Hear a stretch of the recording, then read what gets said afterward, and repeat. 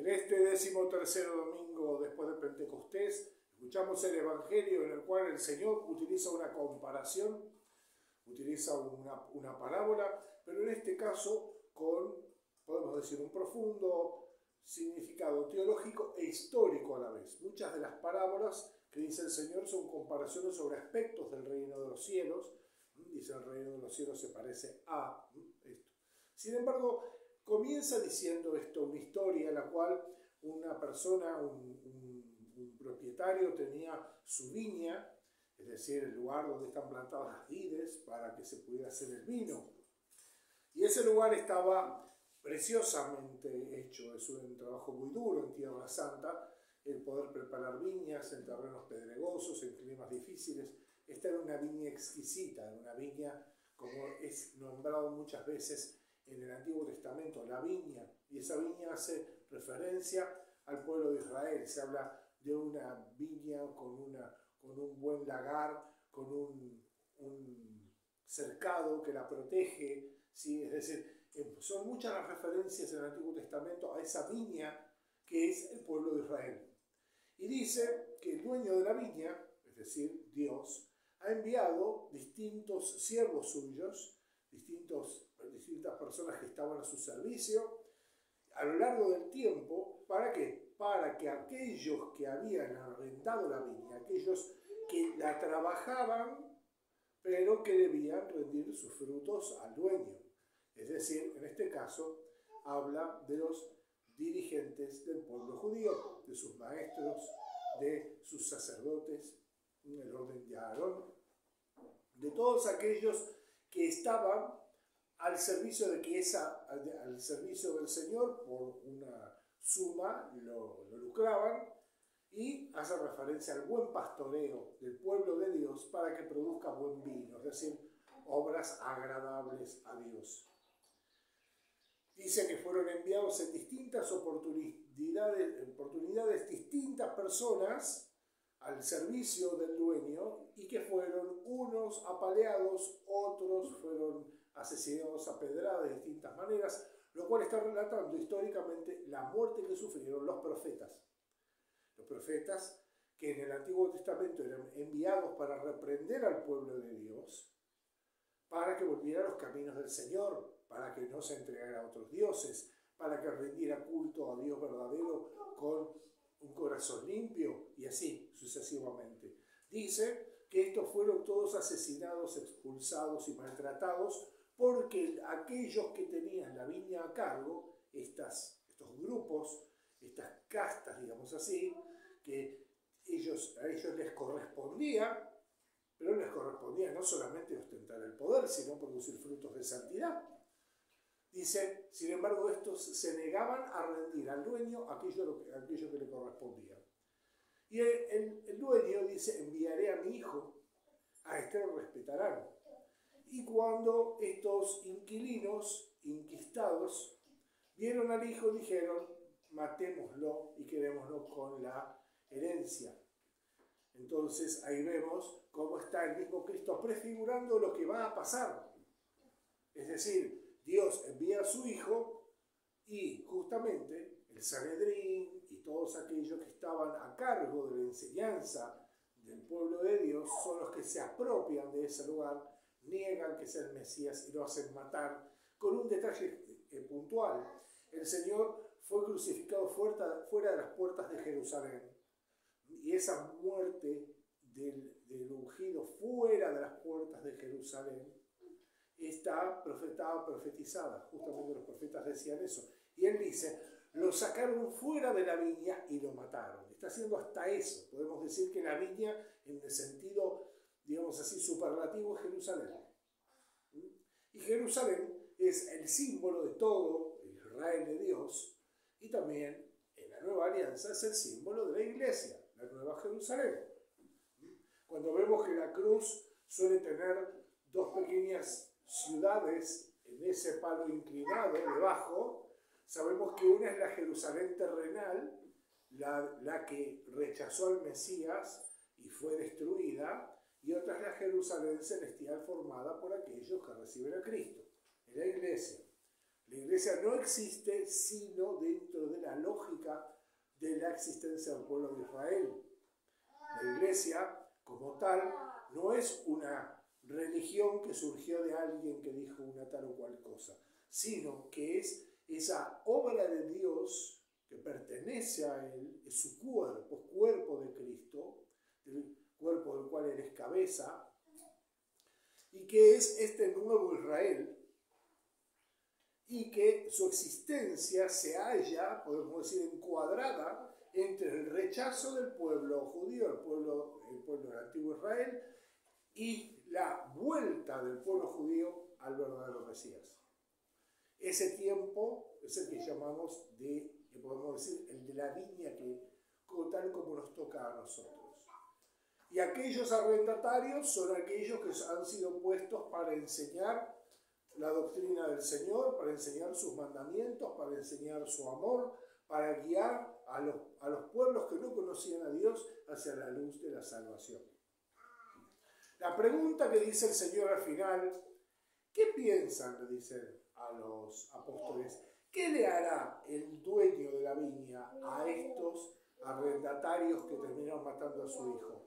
Y dice una palabra de alcances pastorales maravillosos, que es acabará con esos miserables. ¿Sí? Acabará con esos miserables. Y él sigue, no, bueno, eso va a pasar así como siempre. Y bueno, nosotros tenemos que ponernos en sallo, porque es bárbaro decir, jaja, miren, claro, esto pasó hace 2000 años, a otros, no. Esto está hablando de nosotros, está hablándonos a nosotros, en particular a todo pastor, guía, monje, clérigo y todas las demás yerbas a cargo de la enseñanza y de la transmisión del Evangelio. Como decía San Agustín, con vosotros soy cristiano, para vosotros soy obispo. Pues obispo es oficio, y es oficio de condenación. Dice, y cristiano es nombre de salvación, pues por ser obispo seré juzgado, por ser cristiano seré salvado. Eso nunca debemos olvidarnos. Muchas veces en la iglesia hacemos algo al revés, y es que creemos que el centro de la vida cristiana consiste en el orden sagrado. Estamos muy equivocados. El centro de la vida cristiana, la única fuente de todo sacramento, es el bautismo. Todo lo que se diga aparte de cristiano suma sobre una realidad fundamental. Es el bautismo, el que nos hace parte del cuerpo de Cristo, del nuevo Israel, de la viña selecta del Señor. Y todos tenemos una responsabilidad, claro, no es que esto va pura y exclusivamente para curas, monjas y afines, sino que va para todos los que tenemos que hacer algo al respecto. Pero por supuesto, como les decía, bueno es ponerse el sayo y, como dice también el dicho, cuando veas las barbas de tu vecino cortar, pon las tuyas a remojar. ¿Sí? Es decir, los cristianos tenemos que aprender de una vez por todas, en particular aquellos que estamos a cargo, a ser los primeros en tener un sentido de reparación. La reparación personal, de penitencia, de conciencia de nuestros límites. Entonces, esto no significa que la misión de la Iglesia está sometida a nuestra limitación, sino todo lo contrario. En la medida que reconocemos nuestros límites, nos damos cuenta que las cosas buenas que suceden por nuestra mano son obra de Dios. Lo mismo le sucede a los fieles. Lo bueno que sucede a través del sacerdote es porque Dios prevalece. Y Dios está llamado a prevalecer en todos y cada uno de nosotros. Por lo tanto, mi tarea es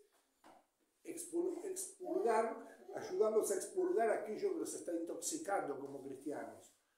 Las malas doctrinas, las malas costumbres, la falta de fe, la frialdad, todas estas cosas que no nos dejan nunca estar realmente insertados en el cuerpo de la Iglesia y crecer y dar fruto. Dar ese fruto que se transforma en ese vino agradable al Señor, en esa obra, ¿sí?, que es consecuencia de la fe y del amor verdadero de Cristo, tal como lo ha hecho en su Iglesia católica, que es pues la continuación del pueblo hebreo. en la historia y teológicamente también.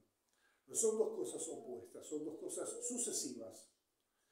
Por eso es fundamental que para poder crecer, cada uno de nosotros empiece por sacar los yuyos que tiene al pie de ayudar y cooperar con esto de que en la iglesia vuelva a resplandecer la verdad tal como la reveló el Señor y no las opiniones de barrio que tenemos cada uno por ahí, empezando por los curas, ¿no? Curas, obispo y aledaño, pero voy a hablar de todos para que esto no sea nada más una homilía para curas.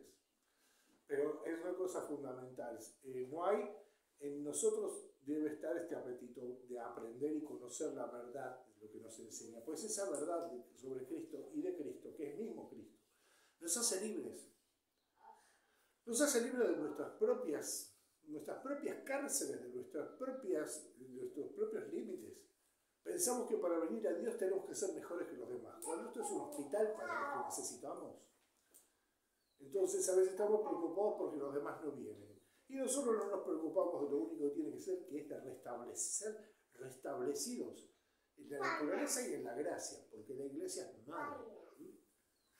Y en esto es la primera gran lucha y batalla, es justamente aferrarse a ese misterio que es la fe católica, la fe ortodoxa que nos enseña la completud de la verdad, que resplandece, esa ortodoxia resplandece en el culto, que es aquello que nos ha dejado en primer lugar el Señor, y no entregarnos a devaneos de, podemos decir, de cosas improvisadas. La iglesia tiene bien aquilatada su enseñanza, tiene los santos padres, tiene lo suficiente de que con que podemos ir nutriendo, con qué ejemplos, qué hacer, cómo vivir esa fe cristiana en las cosas de todos los días, para hacer una luz de esperanza para nuestros hermanos, para ser verdaderos puentes de esa gracia que nos ha tocado, por la cual podemos llegar hasta el otro. Esa gracia toca el corazón del otro. Por eso es fundamental no encerrarse en ninguna idea por fuera de la realidad de la fe. No querer, digamos así, amaestrar la fe para que sirva a tal idea, a tal partido, a tal filosofía o a tal cosa.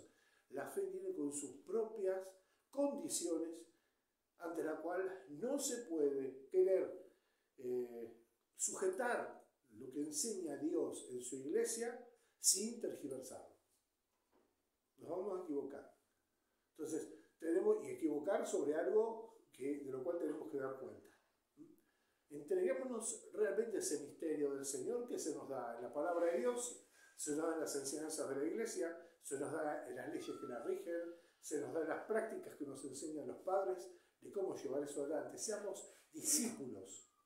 Para poder aprender tenemos que ser discípulos, no remedio de maestros, discípulos.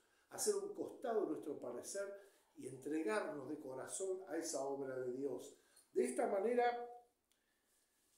el Señor que viene, el Señor vuelve, como lo dice la carta del apóstol también, es una de las primeras cosas que va a ayudar a que nosotros no perdamos la atención espiritual y si la perdemos la recuperamos.